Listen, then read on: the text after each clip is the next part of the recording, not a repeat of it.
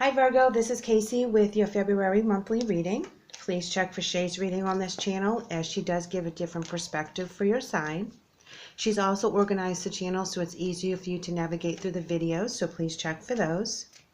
As this is a general reading, my hopes are that you resonate with something in the messages and you apply it to your situation however it may fit, as everything will be kind of different for each person. So my hopes is that this helps you throughout the month.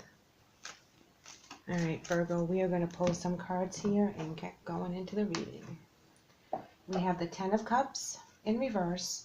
We have the Two of Cups, Nine of Coins, Seven of Cups, Empress in reverse, Eight of Cups, Ace of Cups, and the Tower in reverse. Okay, Virgo, you have a lot going on here for February. As we have the Ten of Cups in reverse, this is typically telling me that there has been a communication breakdown. There's maybe a breakup. Home life may have some issues in regards to miscommunication and or arguments. So you're holding on to some very serious energies because the Ten of Cups is all about your home and your foundation and the people that are closest to you. So if you've had some kind of argument or misunderstanding with someone, this is carrying through the month. Now we have the Two of Cups as well, and that is a union or a partnership or a relationship. So this is telling me that this is something very personal to you. In this particular argument with this person, they're kind of like your soulmate. They are someone that understands you. They are someone that you can rely on. This is a very unified partnership. So this is a situation that weighs on you heavily because they mean a lot to you. You do have the Nine of Coins or the Nine of Pentacles, and that is your wish card. That is where you have your gratitude and your self-sufficiency, and everything that you've been working so hard for comes to pay off. And that's also indicated with the Seven of Cups. That is my wish card as well when it comes to blessings that are coming in. And this is also sometimes that you have to make choices and you have to decide which of these blessings you take at one time, because some of them may not be good for you right now, but they're still lingering in the background. So as you go through all the processes and you take the first one that you can manifest and you use that as a stepping stone, this is where they all tend to fall into place. However, you do have the Empress card in reverse, and this is where you may be dependent on other people. This is where you're asking for them to give you the abundance that you so desire instead of you making the abundance for yourself. So keep that in mind, that if you take the blessings in the wrong order, or you are relying on other people to hand you the blessings without all the work that needs to be done, it's not going to be as satisfying as you think. The Eight of Cups is where you're walking away from someone or something, and in this particular situation, you're actually walking towards something. Now you have the Ace of Cups, and that is overwhelming emotion, love, compassion, creativity. And then you have the Tower card in reverse. And when that's in reverse, that's where you're avoiding disaster. You have a fear of change. You're trying to scoot anything that's going to rock the boat as to how you're feeling right now. So it's very interesting that you have the Ten of Cups in reverse as well as the Tower in reverse. So we are going to do some clarifying cards for you, Virgo, to see what this Ten of Cups is all about. And we have the Knight of Pentacles. Interesting, because the Knight is a slow-moving messenger card. This is where there's a lot of methodical thought, conserving energy, conserving resources. So on the Ten of Cups in reverse, that is typically telling me that whatever the upset is will be worked out, but it will take time. It will need to be worked through piece by piece and rebuild in that manner so that you can get to that Seven of Cups energy, that you can balance that Two of Cups energy again with this person. Yeah, see right here, the Three of Cups, that is telling me that there's a misalignment. That is also telling me that there could be too many people involved in the situation, like three's a crowd in that kind of aspect. If this is a family situation, a lot of times other members of the family will have something to say about the argument and or miscommunication that happened with another family member, and it kind of goes through the family grapevine, so to speak. Here we have the Hangman in reverse for you, and that is indecision and delays. So as you are trying to get that self-sufficiency and build on your foundation, there's some delays in that.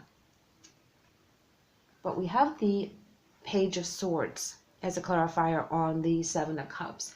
When the page comes in, that is a very curious energy, very restless mentally, very energetic. So this tells me to be very careful about which choices you choose at what time, because you don't want to come into this in a young style energy. You want to be more of the Empress energy, more of the king energy in this aspect, where you have already been through this and you know which messages to take and what blessings to take.